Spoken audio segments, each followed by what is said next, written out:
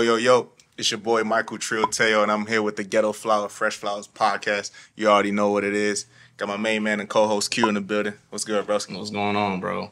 We here once again, man. We back at it. It feels so good. New spot. Hey, if y'all ain't noticed, we definitely at a new location. Shout out Foxhole Creative Chicago. Love. But as you can see, we got a very special guest in the building. I'll let him introduce himself. The one and only D2X. What's D2X, man. I appreciate you guys for having me. It's been a long time coming. Definitely. Since we were supposed to link up, so this feel good. It's right at the right time. Hell yeah. Yep. Hey, but to kick off the episode, I feel like it's only right we talk about, your weekend, right? You had a great weekend. Got a chance to be invited to the Chicago Fire game, and I know you made a big announcement. Yeah. So let the people know what that announcement was. Yeah. So yesterday, last night, at the MLS Chicago Fire game at Soldier Field, I announced my new album that's coming out next month in August. And it was an amazing experience, to be honest. It was my first time at a soccer game in general, a professional soccer game, and then it was my first time at Soldier Field as well. So for that to happen, that was a memorable moment for me.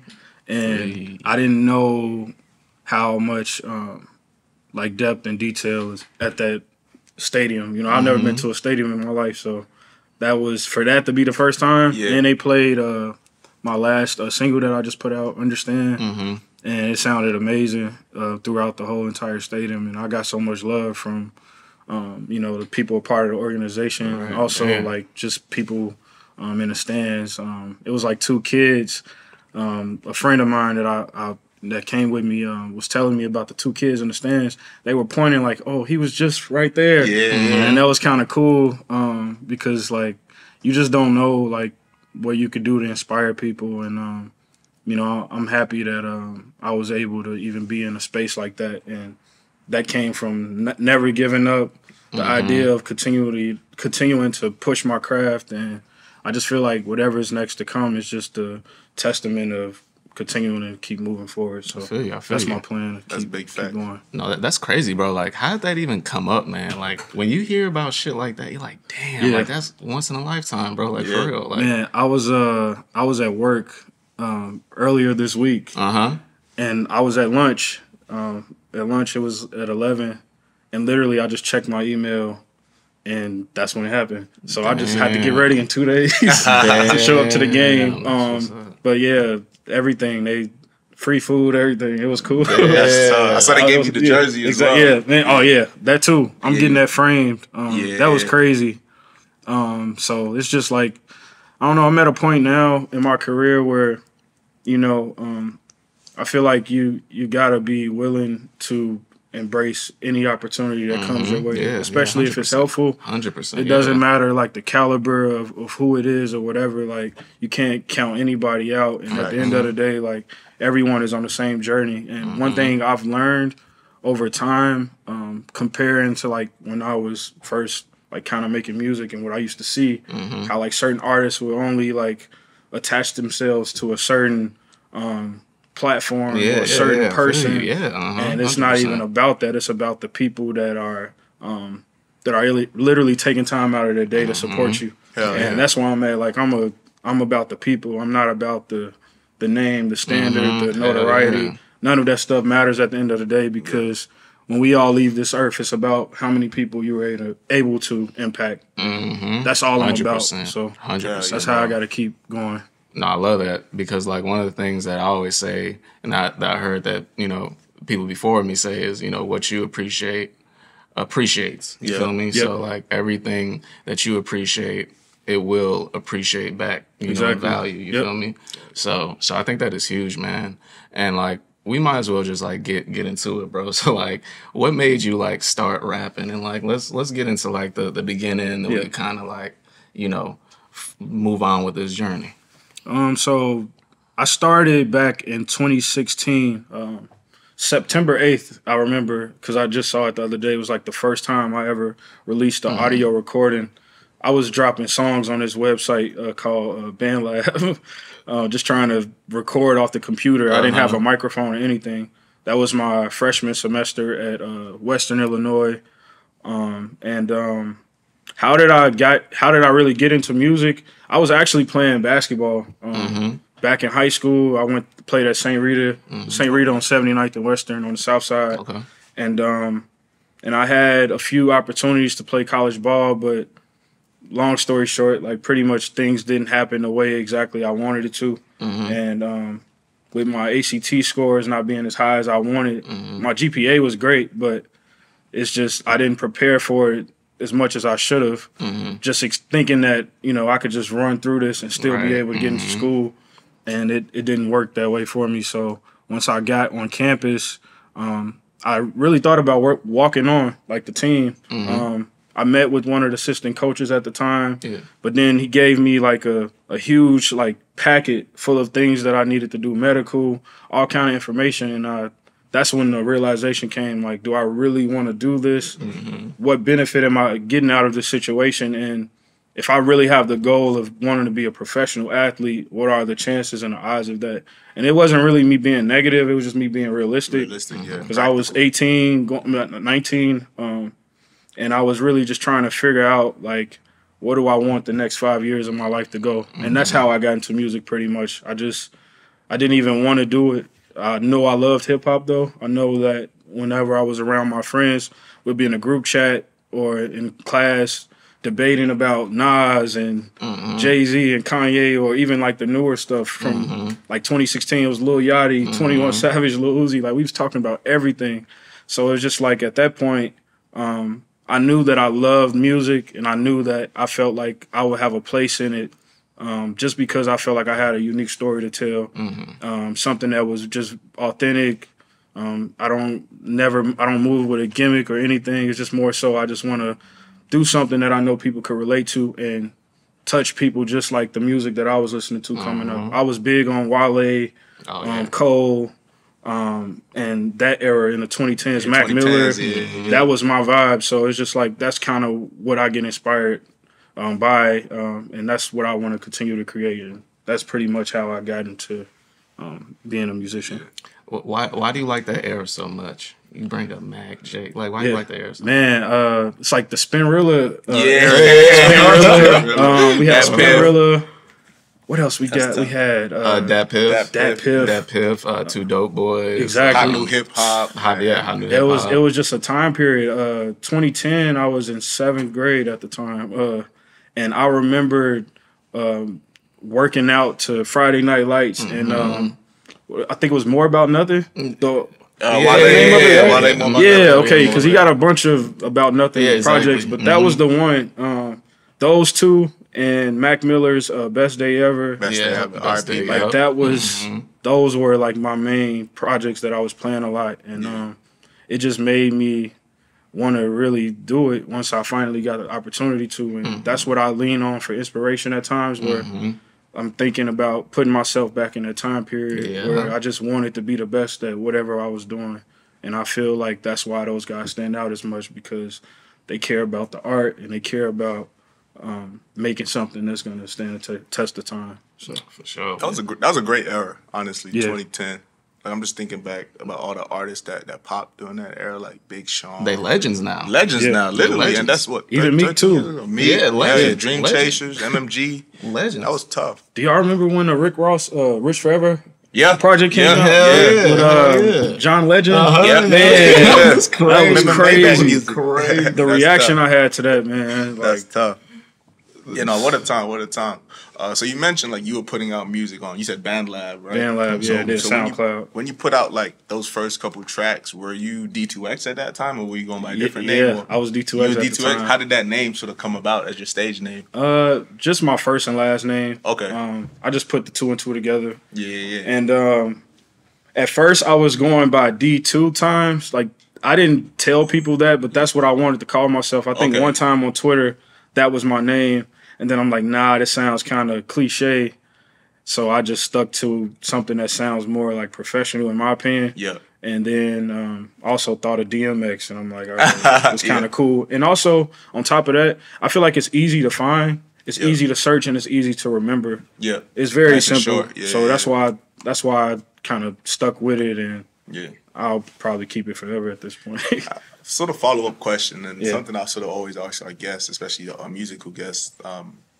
What was it like when you sort of decided, like, okay, I've been putting out music, it's all right.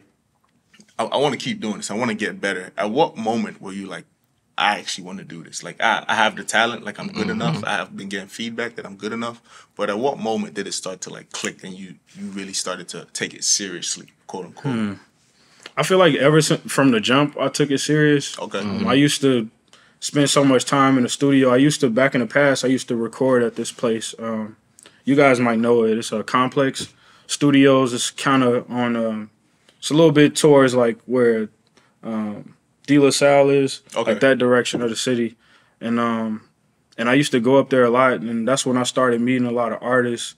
And I think at that time is when I really started taking it serious because I had more access to the studio. So I would say maybe like 2019, going into like the pandemic is when I felt like things were clicking. I feel like when I put out the song I did called Whoop Whoop and then Go, when I put those two out, I felt like those are standout. I felt like, and people, if you know, you know, that was a good time. And when I felt like when I did that is when I started really challenging myself to like rap. But I really felt like things really started taking a different kind of shift to just a higher level was after the pandemic, like when I dropped The Color Blue. That's when things started really changing, and I started really going from a serious musician into a serious musician plus a serious like brand. And that's when things are like been going better since, I would say. That's dope. See, I like how you bring that up because that's a perfect segue. So you were talking about how you used to ball in high school and, you know, you had college offers. I remember when you dropped The Color Blue, the trailer to that. Yeah. You were you remember that? Yeah, exactly. You was in the weight room, you know, getting it in. You was on the bike, you know, and like how was, you know, doing that, and like were you trying to channel? What were you trying to channel like when you were, you know, dropping that? Man, that was a great question. To be honest, that was me literally trying to put myself back into the past. Really? Back when I was, you know, 2012, 2013, 14, 15, when I was in high school playing basketball. And that was my life from the fall, the winter, spring, summer. All year long I was playing basketball from AAU to, you know, regular season. And I went back to my old high school. The crazy thing is that spot was such a great place for filming because that was a new athletic facility that they built.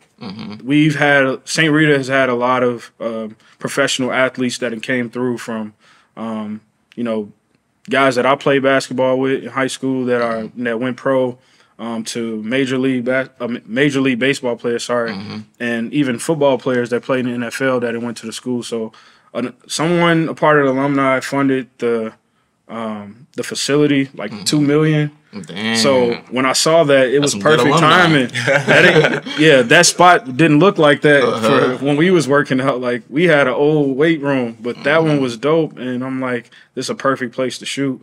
And I got in contact with my old high school, and they were all for it. And it was just a real moment for me because I remember those times when I was there and certain ththings wasn't going my way how I wanted, and I was stressed out. So it was a full circle moment for me to come back to my high school. I met with one of my assistant coaches that was with me back in 2015-16. He's the head coach there now. His name is Coach Russell, by the way. And meeting him and going through the locker room and just around the entire school. And I even saw the old security guard that used to watch me get on the bus. He's still there. And like he gave me a book, all kind of stuff back in high school, giving me all kind of game. He played the saxophone. Funny guy, but it was crazy, man. That was my idea to go back in time pretty much and kind of show like the growth from where I was to where I'm trying to be. And I felt like that was important for me to introduce on my first project because I want people to know kind of like the back line and the backdrop of who I am, Yeah. and then we can continue to move forward, you know, in the future. So did a lot of memories and like feelings come up when you was there? For sure. Yeah, I know. A lot I went back to my old spot where my locker was, where my number was. I wore number 35. I was a big KD fan. But man, it was amazing, and I wanted it. Excuse me. I wanted it to look kind of like a Nike Gatorade kind of commercial, and I felt like we executed that pretty well. So shout out Chris Vergara and. Shout out Chris. Yeah, shout out Chris. Yeah, shout out Chris. Yeah, he's really close with us too. That's bro. That's you bring up KD. Like, what are your favorite like hooping shoes? Man, I got a lot, but to be honest, I had KD's I think first or second shoe, but my favorite hooping shoes, to be honest. I guess I got to go with the KDs, man. I've had some LeBrons. I've had, I think, a few pairs of Kobe's. One pair. Had like 3 pairs of LeBrons. I'm trying to think. I've had a few pairs of Jordans, 6s and the 2s. But no, the KDs was nice because they were like light. They look cool to me. The colorways was crazy. Yeah, he had some of the best colorways. He definitely did. Playing AAU, like that's a lot of the shoes we used to get was like bronze and KDs and team shoes and stuff. So yeah, it was dope. What position did you play? 2 guard. 2 guard. Okay, so you got that burner. I did. You got that burner. Hey, 35% from the field in high school, all conference. Come on now, that's tough. Catholic League. But the crazy thing is just like when I was younger, I was like maybe like in middle school, I was a lot taller than everybody. Like probably when I was in 5th, 6th grade, I was like 5'8" or something like that. It was you pretty taller than everybody else at that point. And then so I played more like forward, wing. But then as you get older, you know, people start growing, the game start changing.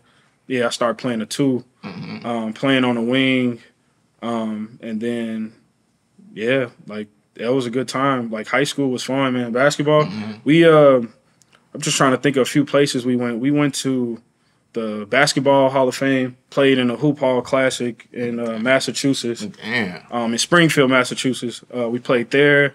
We played in the Bronx. We went to Hawaii. Damn, that's crazy. Sophomore year. Went to the Bahamas my senior year. Damn. So basketball then took me all over the world. And that's dope. Yeah, music. That's coming next. It's gonna do the same thing. So what are like the similarities you feel like from basketball to like music as far as like how you approach it? Yeah. You know? To be honest, I feel like I pick off from what I've learned, what I didn't do properly with basketball, and I till this day, I still remind myself like, no, you can't do that. This is what you used to do, and this is what got you to this spot. Like eliminating distractions, always continuing to like appreciate like the blessings that come your way. Like if it's an opportunity, if it's a cosign or a certain amount of, you know, love or plays or whatever it could be, like regarding a song, like appreciating it but continuing to still move forward. Don't ever get caught in the moment, but appreciate the moment. So it's just like I'm at a point now where I'm just trying to continue to balance balance self-improvement and self-appreciation. And that's where I'm at now in my life. Like those two things are like very important. So, no, that's perfect because I love that because it makes so much sense when we talk about the color blue because you've done so much things as far as like showing the background of like how basketball, you know, gave you this type of outlook. And I feel like that goes hand in hand with that album and the stuff you were saying. And it makes so much sense. Like, you even had the cover art of, you know, people at the playground, you know, hooping. You feel me? So, like, I think that's so perfect. And now we're going to, you know, segue into the album. Like, what is your favorite, like, track on there? Like, what do you think, like, speaks to you the most on that album? Because to me, it's Hughes. That's my favorite. You know what's crazy? First, I want to speak on that one. It's crazy about Hughes because I loved it, but also it gave me so much trouble to record over when I did it because it's a loud sample, but I didn't expect people to like it as much as I thought they would. I liked it, but I didn't know. Like it was new, it was different. And it was a different way to start off a project. It didn't start off like abruptly. It was more like smooth, but it was a strong start because to be honest, the intro of the album was supposed to be Blue Like Nights. Yeah, I'm saying it right. Yeah, I forget my own track. I think that's the right title. But yeah, that was supposed to be the beginning, and then it would have started into Hughes and the other tracks. But I'm like, nah, I want to start off just straight off the gate, just rapping. But to answer your question, my favorite track on The Color Blue would be the outro, Picasso Blue. Really? From Basquiat. Because actually, that was the last song I did. But on top of that, I found myself getting better throughout the sessions, throughout the project, from the beginning to the end. And then the quality started getting better too because we started getting better equipment from the beginning of the album. So over time, like things just kept getting better and better. And I felt like that was me at my most purest form, but also like that's when I felt like I started really getting polished at being a songwriter, an artist. And I'm very proud of that record because like it's like 6 minutes long, and I just put everything out on the line. And that one is the one that sticks to me the most. I didn't cry to that song like I can't even count how many times. That's what's up. Hey, those are the best ones, man. Those are the best ones. You got to be vulnerable, man. You really got to look within. Speaking on the journey. So you mentioned like there's a lot of improvement as you sort of went along the process of making the project and putting it out. What would you say was like the toughest part or the part that you had the most struggles on? Was it recording? Was it the rollout? Was it, teaming up with the engineers? Any sort of particular moment or, instance that you could pinpoint as like, damn, this was tough, but it was a hurdle that we had to sort of overcome? To be honest, I put the album together, but I was recording in pieces. But I didn't have it. I had that title in mind, The Color Blue. It was called The Color Blue Theory. Okay. I wrote that down in my notes back in 2019. Didn't know what the meaning was, but over time, it was me. Like the hard part to answer your question was like me continually sticking to the theme of what I wanted to do, but also make it more of like a natural thing. And that's why I called it The Color Blue, because it was more so like an expression of the moods and emotions that were, throughout the tracks. Because it's like lo-fi, little moody. You got like lo-fi jazz, and you got some soul samples in there. And then also the other thing that was pretty, I would say, challenging for me was just the pandemic in general. I had got sick that November 2020. So I was recording from September, October, November. I got sick, so I was out for a month and a half. Couldn't record, couldn't do anything. Then I came back December, January, and that's when I finished the album. So I did the album like 3 or 4 months. 3 or 4 months. Yeah. At what point were you like, I'm done. Like, I can't keep touching this. Like, I can't keep going back and being, nitpicky or, being a perfectionist and making sure, dotting your I's, crossing your T's. At which point were you like, nope, it's ready? Was that tough? I'm sure it was, but. Yeah, but I think with me, I kind of know how I want to structure my projects. And the reason why is because the first thing that I do is I always work on production first. Before I write anything, I work on production, and I work on it for months. But with that project, I was more so like just finding little things that I was interested in and putting it together. But I feel like the way you're done is when you feel like you told the story of this audio novel that you put together. And I felt like how I did that was like every title had a meaning to it, and I just wanted to tell that story like of where I was at in my life at the time.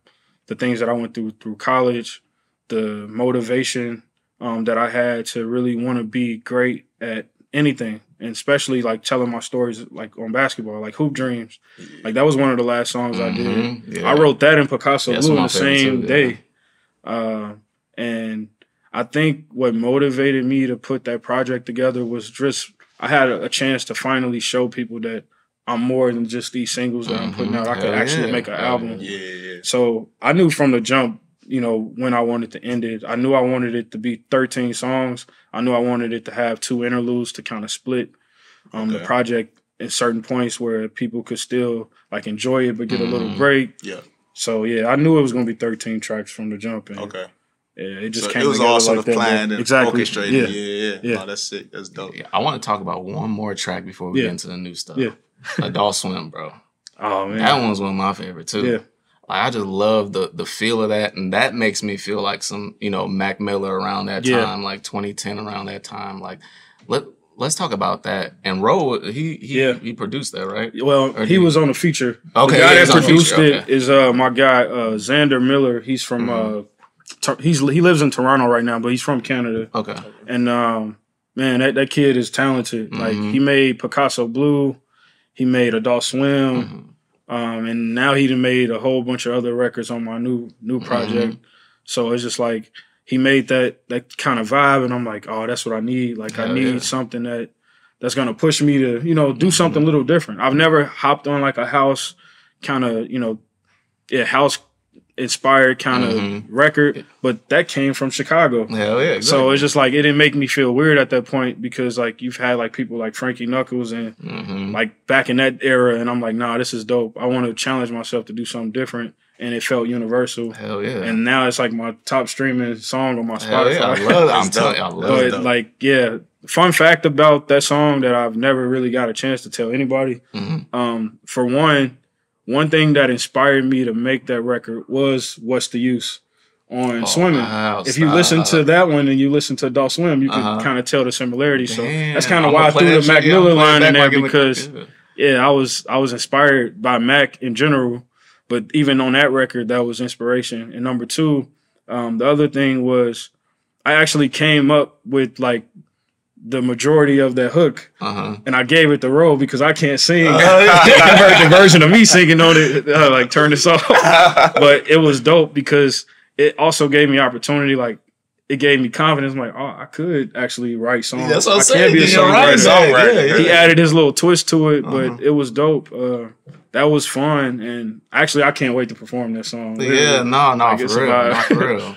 And let's segue into that. And we talking about performing. You have a performance coming up for these days. Like, what are you planning on? You plan on bringing people out? Like, what are you planning on doing? Nah, just all me, man. This my first show in a few years since the pandemic. So I just want to go into it just being me. Yeah, I really, and to be honest, I feel like the fact that I've given myself time over the years to like work on my craft, to learn new things, to actually study other musicians from all different kinds of eras. It's given me confidence to know that like all I have to do is just operate as being myself in any room that I walk in. So it's like if it's a show, if it's an interview, if it's a session, or I'm doing a video with somebody, or some opportunity that comes the way, like just continue to be you, bro. Like hell yeah. That's why people like art in general. Exactly. It's listening to different things that they like. It's the same thing as like 100%. we don't go and like drink a bottle of Sprite and wanted it to taste like Coca-Cola. Like we want Sprite today. You know what I mean? So it's just like